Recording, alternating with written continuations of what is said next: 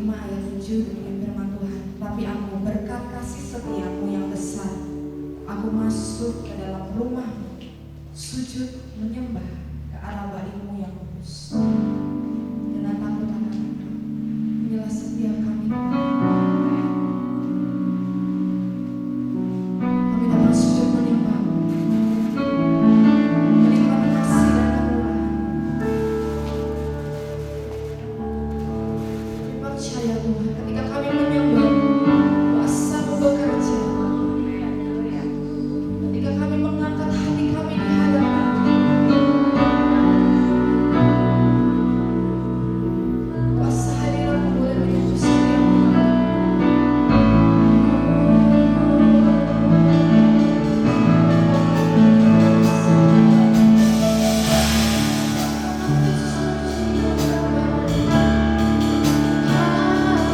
Haleluya.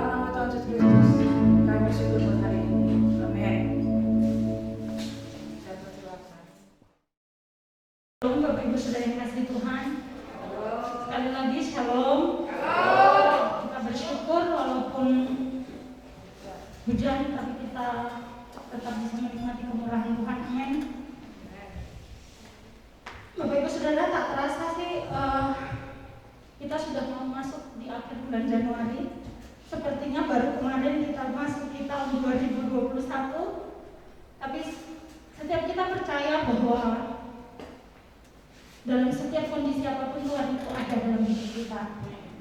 Kalau saya boleh tanya, buat kita semua,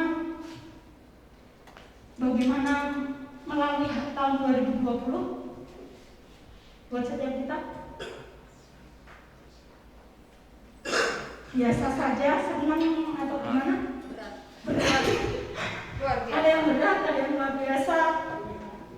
Ada lagi yang lain? Yang diem-diem baik ini, saya bingung kalau ditanya, kok diem-diem baik gitu? Karyawannya. Dan kita pasti melalui tahun yang lalu itu berbagai macam rasa. Kalau dulu ada permen nano-nano, nggak tahu kalau sekarang masih ada atau enggak. Dan rasanya itu ada manis, asam, asin. Ya, itu kita lalui. Dan buat saya pribadi itu rasanya waktu itu mantapnya luar biasa. Mantap, ada air mata, ada senangnya, ada dukanya, komplit. Apalagi buat saya itu berat karena tahun lalu itu Natal pertama saya nggak ada orang tua. Masih salah satu orang tua saya kan sudah pulang ke rumah bapak dan itu berat banget. Saya nangis. Saya sudah melalui tangisan itu tahun lalu dan saya percaya bahwa tahun ini ada kesukarannya masing-masing, tapi ada berkat yang lain. Bapak Ibu saudara kasih Tuhan, kita mau sama-sama belajar firman Tuhan. Kita akan buka di Kejadian 39. Ini kisah tentang Yusuf.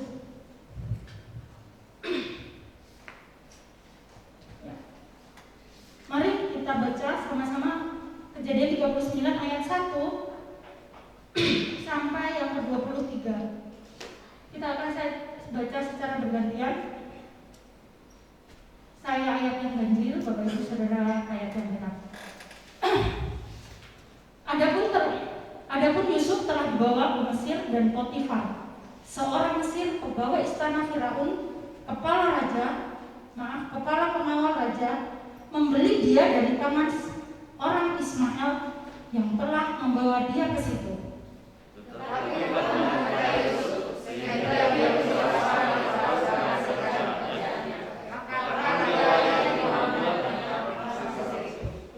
Setelah dilihat oleh tuannya bahwa Yusuf disertai Tuhan dan bahwa Tuhan membuat berhasil segala sesuatu yang dikerjakannya, maka Yusuf mendapat kasih tuannya dan ia berkata dirinya pada Yusuf diberikan kuasa atas tangannya dan segala miliknya diserahkan pada Yusuf.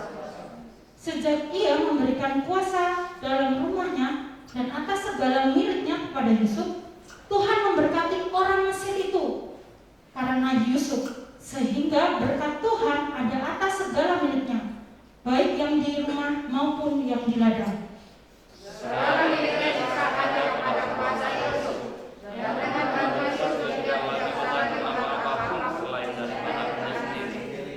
Adapun Yusuf Tuhan manusia dan dalam para penasihat. Selang beberapa waktu, istri tuannya memandang Yusuf dengan diberahi. Lalu katanya, marilah tidur dengan aku. Tetapi Yusuf menolak dan berkata pada istri tuannya, dengan Tuhan tidak lagi aku apa yang ada di rumah ini. Dia tidak bahkan di rumah ini ia tidak lebih besar kuasanya daripadaku, dan tiada yang tidak diserahkannya kepadaku selain daripada engkau, sebab engkau istrinya. Bagaimanakah mungkin aku melakukan kejahatan yang besar dan berbuat dosa terhadap Allah?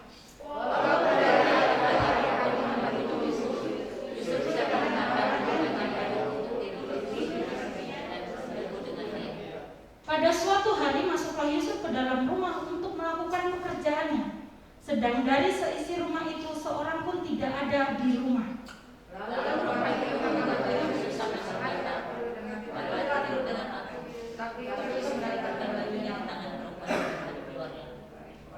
Ketika dilihat perempuan itu bahwa Yusuf meninggalkan bajunya dalam tangannya dan telah lari keluar,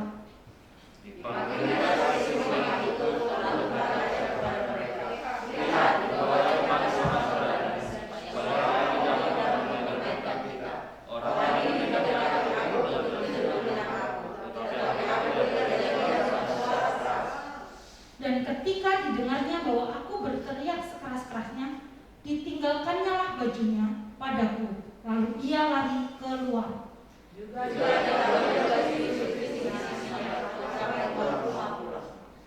Perkataan itu jugalah yang diceritakan perempuan itu kepada Potifar, katanya, hamba orang Ibrani yang kau bawa kemari itu datang kepadaku untuk mempermainkan aku.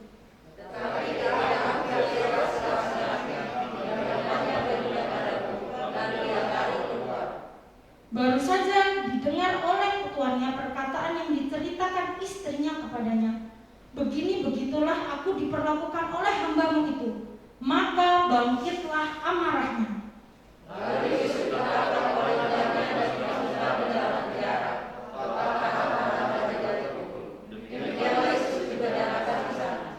Tetapi Tuhan menyertai Yusuf dan melimpahkan kasih setianya kepadanya, dan membuat Yusuf kesayangan bagi kepala penjara itu.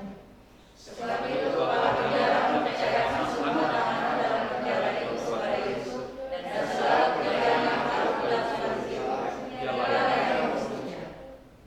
Dan kepala penjara tidak mencampuri segala yang dipercayakan kepada Yusuf, karena Tuhan menyertai dia, dan apa yang dikerjakannya dibuat Tuhan berhasil. Tepuk tangan buat Tuhan kita.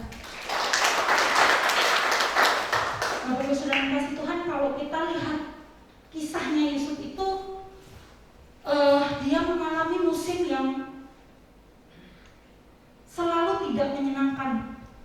Ya, awal-awal dia menjadi kesayangan, lalu kemudian proses untuk dia menjadi seorang pemimpin di Mesir, ya, itu tidak mudah. Dia harus mengalami ditolak oleh saudara-saudaranya. Ditolak itu tidak enak, ditolak itu tidak mudah buat yang mengalaminya.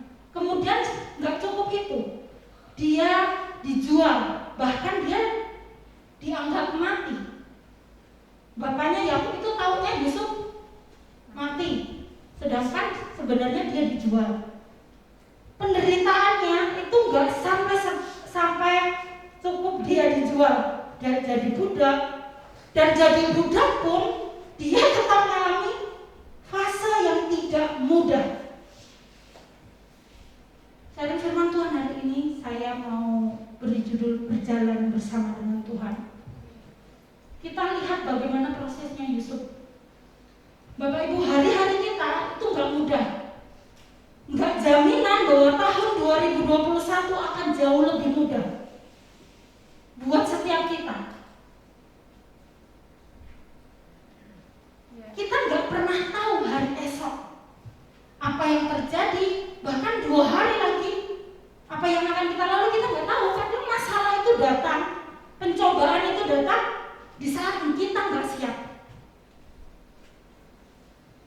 Tapi sama seperti Yusuf, kita mau belajar bagaimana kita mau tetap berjalan bersama dengan Tuhan. Berjalan dengan Tuhan itu nggak mudah, ya.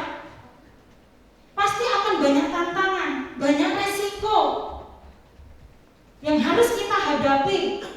Karena apa? Keadaan di sekeliling kita itu tidak akan pernah menentu. Hari ini mungkin hujan, kita nggak tahu nanti siang tiba-tiba ada panas. Seperti itu juga hidup kita. Ada saatnya tiba-tiba panas, cerah, keadaan sedang baik, tapi tiba-tiba ada badai, ada angin kencang, ada masalah, ada petir, ya. Tiba-tiba kita kan kalau hari-hari yang kita lihat apa Bapak Ibu sudah dikasih Tuhan, pagi itu cerah, tahu-tahu nanti jam 2 tiba-tiba mendung, tiba-tiba ada petir, tiba-tiba angin yang besar lalu hujan, ya. Itu menggambarkan seperti hidup manusia, tidak akan pernah tahu apa yang akan terjadi. Makanya kita perlu berjalan dengan Tuhan. Amin. Amin. Kita lihat fasenya Yusuf, musimnya Yusuf kalau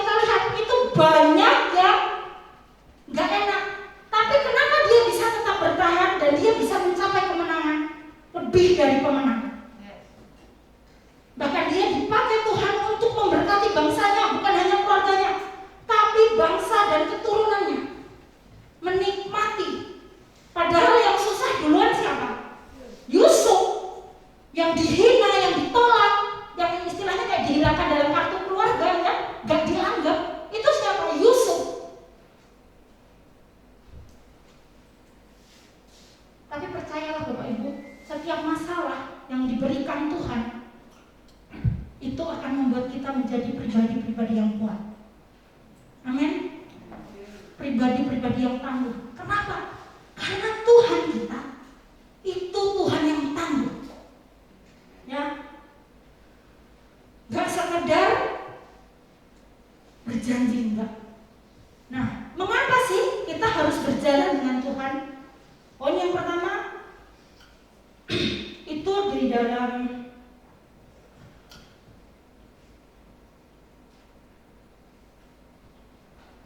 Yohanes 15 ayat 15. Kita membuka sama-sama Yohanes 15. Ya.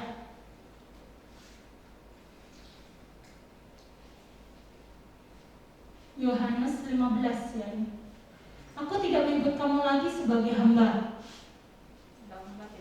Sebab hamba tidak tahu apa yang diperbuat oleh tuannya, tetapi aku menyebut engkau sebagai sahabat. Karena aku telah memberitahukan kepada kamu segala sesuatu yang telah kudengar dari Bapakku. Bapak Ibu saudara yang kasih Tuhan, Tuhan itu nggak pernah anggap kita hamba, ya. Jadi walaupun dunia anggap kita sebagai orang nggak berguna, saya mau katakan bahwa Tuhan nggak pernah anggap itu, ya. Seringkali kalau kita dapat masalah, dapat apa, orang-orang akan menyingkir dari hidup kita. Tapi saya mau katakan bahwa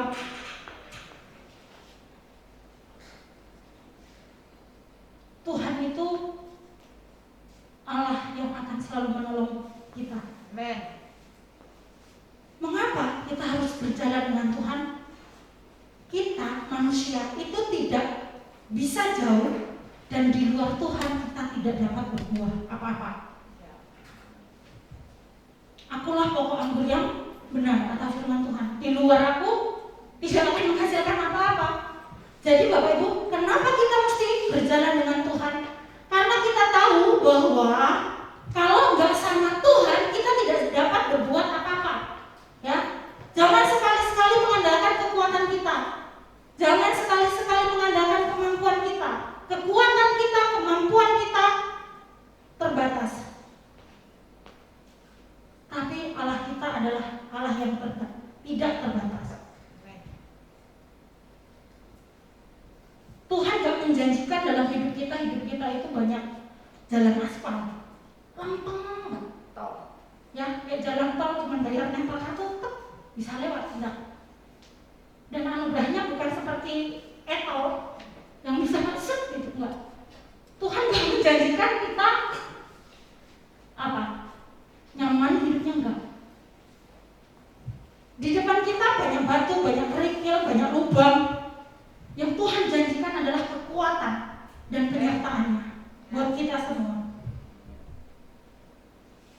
Makanya dibilang tinggallah di dalam aku. Karena apa? Kalau kita tinggal dalam Tuhan, kita punya kekuatan yang besar. Dari mana kekuatan besar? Karena Allah kita Allah yang besar.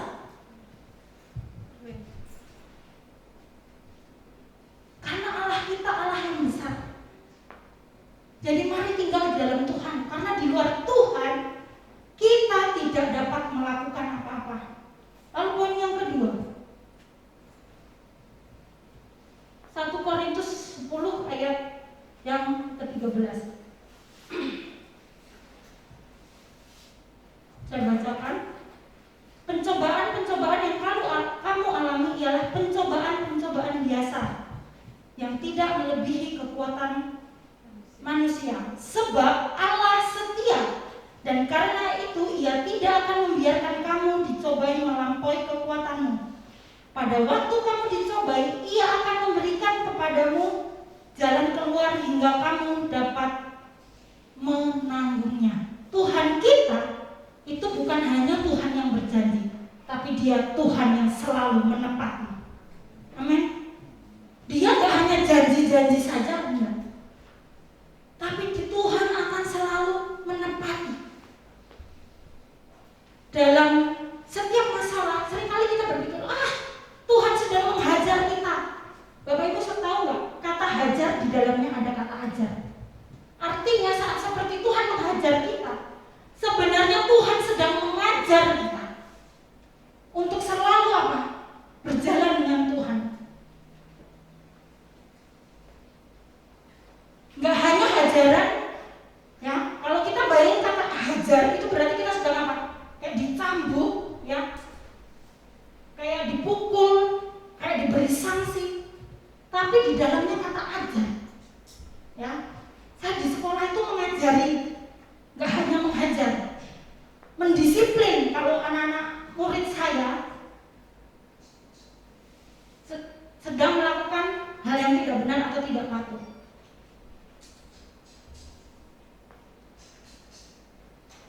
itu yang Tuhan lakukan. Tuhan itu Allah yang setia, dibilang Allah yang setia. Jadi setiap apapun yang kita alami, kita hadapi, tetap percaya bahwa Dia adalah Allah yang berjanji dan Allah yang menepati. Dia nggak sekedar kasih problem, tapi saya percaya Tuhan pasti kasih solusi buat hidup kita. Amin. Amin, Bapak Ibu Saudara kasih Tuhan.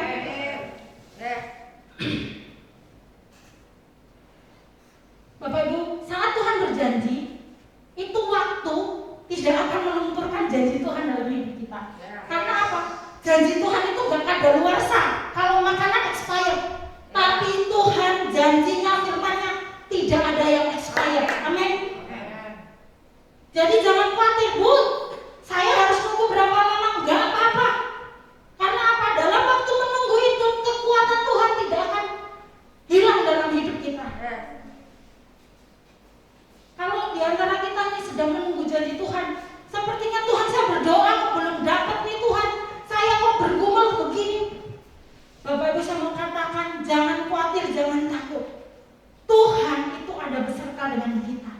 Ya, janjinya gak akan habis, gak akan terus Tuhan lupa, enggak. Tuhan gak akan pura-pura lupa kayak lagu, sengaja melupakan. Oh enggak, Tuhan kita gak seperti itu. Tapi Tuhan kita adalah Tuhan yang akan selalu menepati janji-janjinya. Ada lagu, kalau Tuhan yang berjanji, tak sekalipun kau ingkari. Tuhan gak akan mengingkari. Kalau manusia, saya nggak tahu, ya seringkali mengingkari. Saya kemarin diingetin ada salah satu murid, Bu Ririn ini pernah loh main game waktu itu, main. Aku tuh nungguin, saya lupa bener, saya lupa karena kan namanya anak-anak. Aku tuh tungguin bayarnya Bu Guru loh. Saya bilang, terus saya bilang ini, maaf ya Bu Guru lupa. Jadi kejadiannya udah beberapa bulan yang lalu.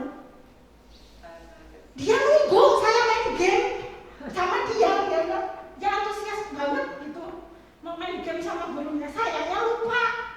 Karena waktu itu pulang habis pelayanan di DKI, Bu bener ya, aku tunggu ya, aku nanti WA ya. Saya juga maksudnya, saya bilang, oh Tuhan ampuni gitu. Terus kemarin saya minta maaf karena kemarin pas ketemu, maafin Bu Guru ya. Nah, Bapak Ibu, Tuhan itu gak seperti saya yang suka lupa, seperti kita suka lupa. Sekalipun seolah-olah kita beranggapan Tuhan lupa, Tuhan itu gak akan pernah lupa. Amin. Lalu poin yang ketiga, mengapa kita harus berjalan bersama dengan Tuhan?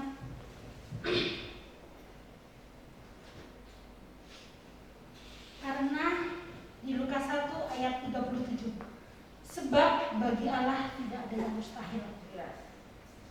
Mengapa kita harus berjalan dengan Tuhan? Karena bagi Tuhan tidak ada yang mustahil. Amin. Tidak ada yang mustahil. Bagi Tuhan tak ada yang mustahil. Bagi Tuhan tak ada yang tak mungkin. Ya, Bapak Ibu, di tengah dunia yang akan banyak pergumulan, tantangan, masalah. Sehingga kita akan jadi sibuk dengan ngurusin masalah kita.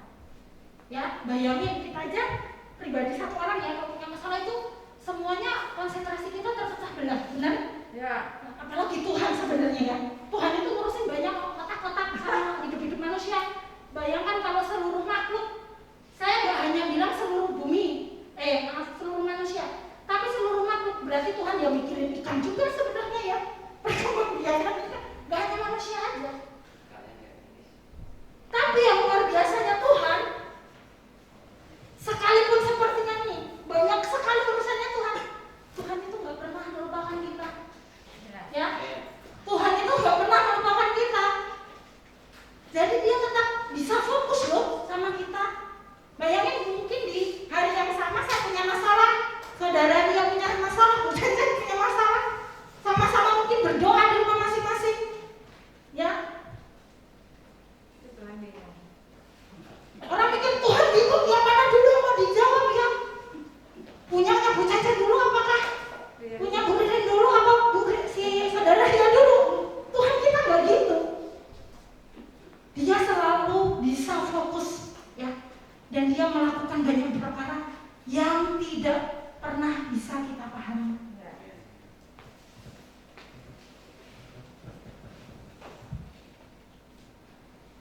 Tuhan itu berurusan dengan kita bukan satu kali dalam seminggu pas kita ke gereja doang, atau pas abah 2 kali komsal datang. Ya, terus Tuhan pas berurusannya pas itu aja, pas kita ketemu ibadah. Enggak. Bahkan di setiap kali nafas kita, Tuhan berurusan dengan kita. Sehingga apapun yang terjadi dalam hidup kita, Tuhan pasti pegang. Tuhan pasti beri kekuatan.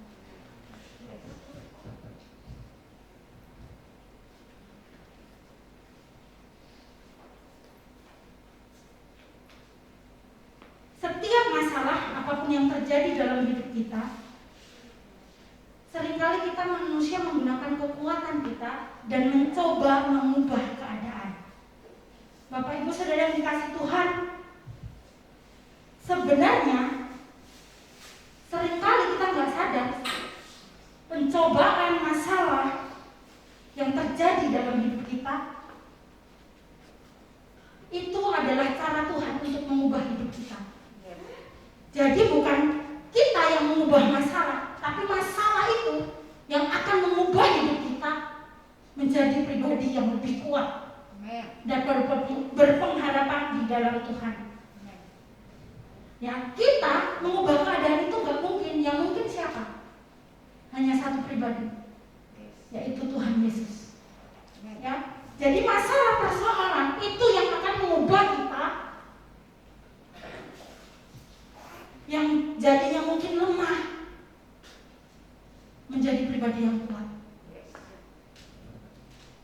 Nah, bagaimana Bapak Ibu Saudara dikasih Tuhan, kita harus berjalan bersama dengan Tuhan. Kita buka Mazmur 37 ayat 3.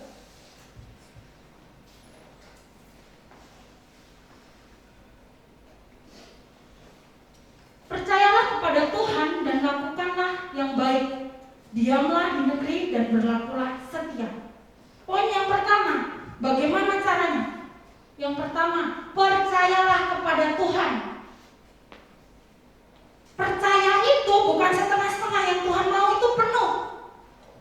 Ya, penuh. Jangan kayak kita minum setengah gelas, tapi kalau bisa bukan segelas peluap-peluap gitu loh penuhnya sama Tuhan.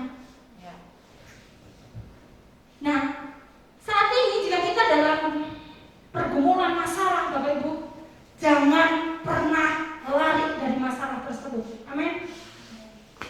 Jangan menyerah, tapi hadapi. Orang yang punya masalah lari dan menyerah itu pengecut. Tuhan gak memilih kita untuk jadi pengecut. Amin.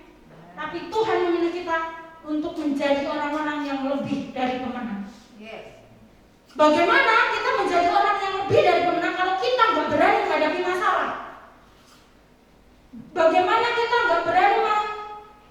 menghadapi tantangan itu, kita akan lihat bagaimana Tuhan bekerja. Karena sebentar-sebentar kita mau lari, sebentar-sebentar kita mau lari, gak mau lah masalah yang ini pilih-pilih. Itu gak akan membuat kita dewasa, tapi membuat kita seperti anak-anak terus. Dan Tuhan gak mau. Tuhan membuat perbedaan orang-orang yang benar-benar beribadah dan yang tidak.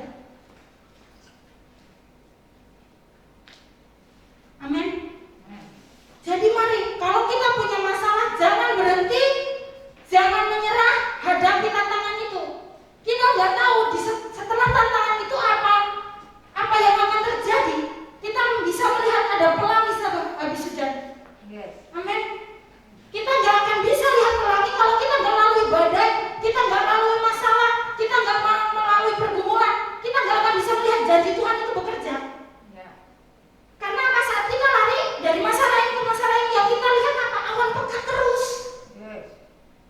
Makanya untuk itu kita perlu hadapi, jangan takut. Ada saatnya kita lemah, iya memang benar. Saatnya kita lemah, mari tetap datang berdoa, minta kekuatan. Jangan andalkan kekuatan kita. Otak kita terbatas, tapi kita sadari kita punya Allah yang tidak pernah terbatas.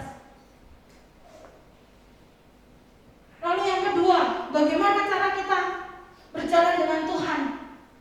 Diamlah di negeri dan berlakulah setia. Diamlah itu berbicara kata perintah. Kalau orang tua sedang memerintah anaknya, maunya apa? Anaknya apa? Patuh. Ya, atau taat. Saat Tuhan ngomong berdiam, kalau punya masalah berdiamlah, mari taat. Dalam sebuah ketaatan ada kekuatan yang besar.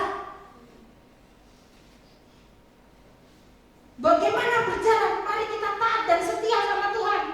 Walaupun masalah silih berganti, yang kadang membuat kita hampir menyerah, tapi tetap ingat, saat kita mengalami itu, lihat ke sekelilingmu. Kalau mereka saja ditolong Tuhan, aku juga ditolong Tuhan. Gak mudah Bapak Ibu, murid banyakkan teori. Mungkin ada yang ngomong aja, Bu, gak seperti itu. Bapak Ibu, setiap kita punya beban masing-masing. Yang gak mungkin kita bisa sharing. Sekalipun misal saya yang paling dekat dengan si A, saya mau cerita semuanya, enggak Bapak Ibu. Yang jauh dalam kedalaman hati kita itu hanya Tuhan. Ya, saya mungkin setiap kita sambut Bu Cacan itu orangnya happy, Pak Parlen ketawa ketiwi, nggak tahu ketemunya luar biasa, saya nggak tahu. Ya kalau ketemu cuma di konser, ketemu pas hari Minggu, kayak cuma 2 jam dan mukanya sukacita. Tapi di luar sana hari-hari kita siapa yang tahu? Tetangganya aja kan enggak.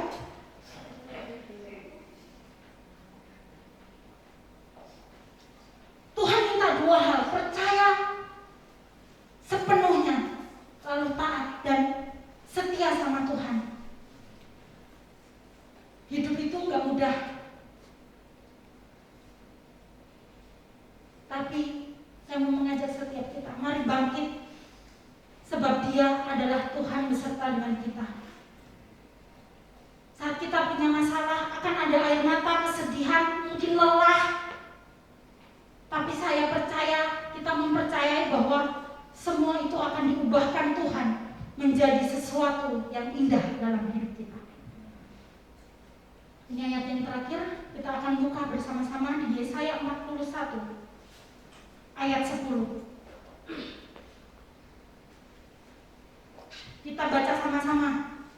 1, 2, 3. Janganlah takut sebab aku menyertai engkau.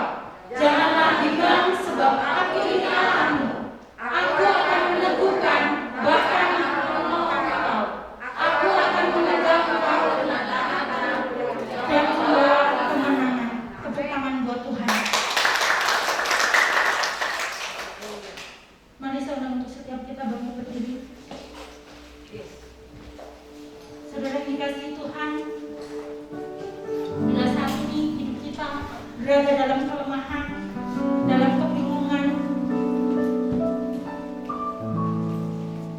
dalam keraguan-raguan, katakan pada dirimu, jangan tawar hati, jangan lemah, tapi jadilah kuat. Sebab Tuhan itu beserta dengan kita. Jadi percayakanlah hidup kita kepada Tuhan. Dia adalah Tuhan yang tidak pernah berubah.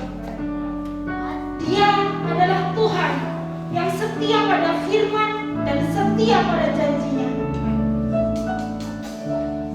Pertolongan Tuhan itu nyata, selalu dan selamanya. Dan Ia akan menjadi Allah Immanuel, Allah yang beserta dengan kita.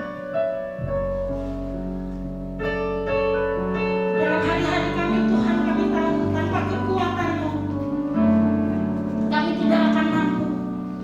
Kami mau berseru memanggil nama-Mu. Ku pandang wajah-Mu dan berseru, pertolongan datang dari-Mu. Pegang mata-mataku, jangan lepaskan. Kaulah harapan dalam dan berseru, pertolongan datang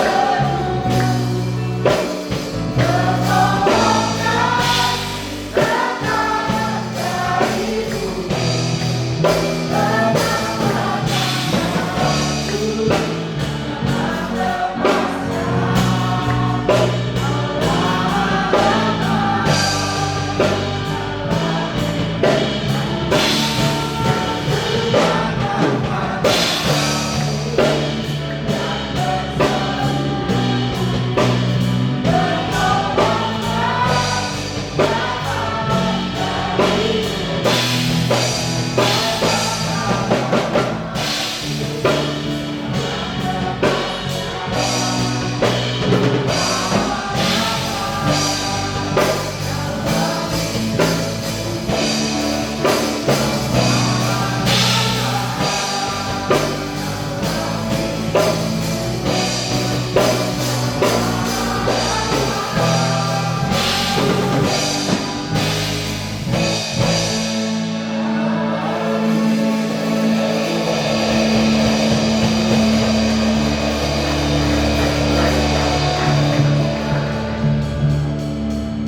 Engkau satu-satunya harapan kami Tuhan. Engkau pembuat keajaiban dalam hidup kami. Terima kasih sampai hari ini kekuatan dan penyertaan-Mu selalu ada. Tuhan, jika saat ini di antara kami sedang mengalami pergumulan, ada perasaan Tuhan kami mau menyerah, Bapak, kami perlukan pertolongan-Mu bagi setiap kami. Kami perlu kekuatan-Mu Tuhan untuk kami tetap kuat berdiri dan kami berjalan menghadapi masalah kami. Karena kami tahu saat kami mau berjalan bersama dengan Tuhan, kami pasti lihat kemenangan-kemenangan terjadi dalam hidup kami Tuhan. Terima kasih Bapak sudah memegang hidup kami. Terima kasih Tuhan. Kami mengucap syukur untuk semua perbuatan Tuhan atas hidup kami. Kami mengucap syukur untuk setiap berkat masalah yang terjadi. Kami sungguh-sungguh bersyukur Tuhan. Kami punya Bapa yang menyediakan. Kami punya Bapa yang akan selalu ada dalam hidup kami. Terima kasih Tuhan. Terima kasih Allah Immanuel, Allah yang tidak pernah meninggalkan kami. Terpuji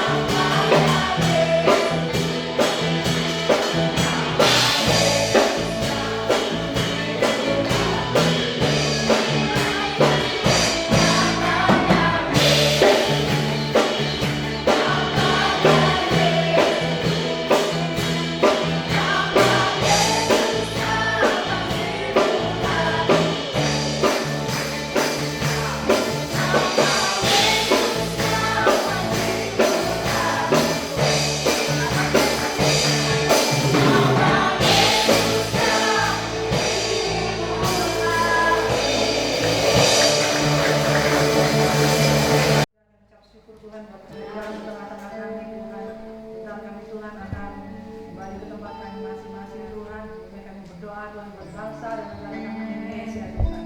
Biarlah Tuhan telah memberi hikmat pada Bapak Presiden, serta Wakil Presiden Tuhan, tetap di bawahnya Tuhan.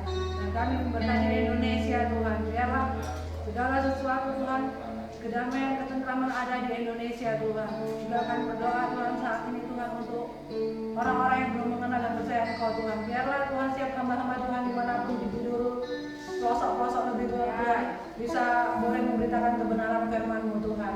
Karena mungkin waktunya sudah dekat Tuhan. Dan kami saat ini berdoa Tuhan untuk bencana-bencana alam Tuhan. Biarlah kami sebagai manusia boleh berhikmat mengolahnya alam ini Tuhan, sehingga boleh mencegah segala sesuatu yang buruk terjadi pada negara kami Tuhan.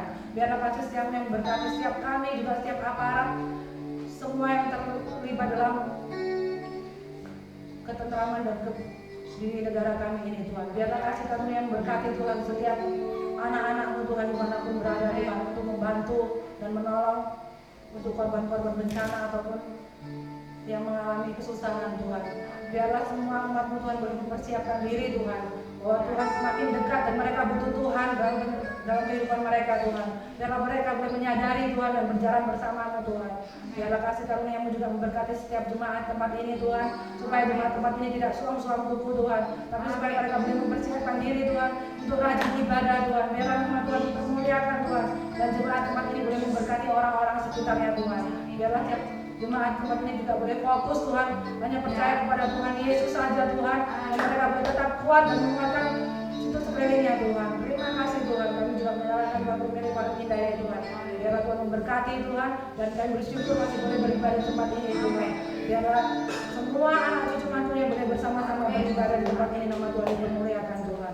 Juga setiap tempat kami di tempat ini Tuhan yang mengalami pergumulan, persoalan Tuhan, supaya kami boleh kuat Tuhan ketika kami mendengarkan kebenaran firman-Mu Tuhan, supaya kami boleh selalu mengingatnya Tuhan, sehingga dalam kehidupan kami boleh melakukan kebenaran firman-Mu dan kami tidak mudah goyah atau jatuh Tuhan. Terima kasih Tuhan. Saat ini kami juga menyerahkan Pak Gembala yang sedang ada di Bandar Sakti Tuhan. Biar Bapak Gembala boleh memberkati jemaat di sana Tuhan, dan boleh menguatkan jemaat di sana, supaya jemaat di sana juga boleh kuat bersama-Mu Tuhan. Kasih kami yang berkati setiap kami Tuhan. Terima kasih Tuhan. Kami juga berdoa buat anak-anak-Mu Tuhan saat ini yang mengalami persoalan kebingungan sekolah ataupun keuangan, pekerjaan Tuhan. Biarlah Tuhan buka jalan buat setiap umat-Mu Tuhan. Kami tidak tahu bagaimana mereka Tuhan, tapi Tuhan tahu, dan Tuhan memberkati setiap umat-Mu Tuhan. Mari angkat kedua tangan kita terima berkat Tuhan. Tuhan yang memberkati dan menyinari Engkau dengan wajah-Nya, Tuhan yang memberikan Engkau kasih karunia, menghadapkan wajah-Nya kepadamu dengan damai sejahtera, sukacita melimpah hari ini, besok, dan selama-lamanya sampai Tuhan Yesus datang kedua kalinya. Mari kita terima berkat Tuhan dalam nama Yesus. Amin.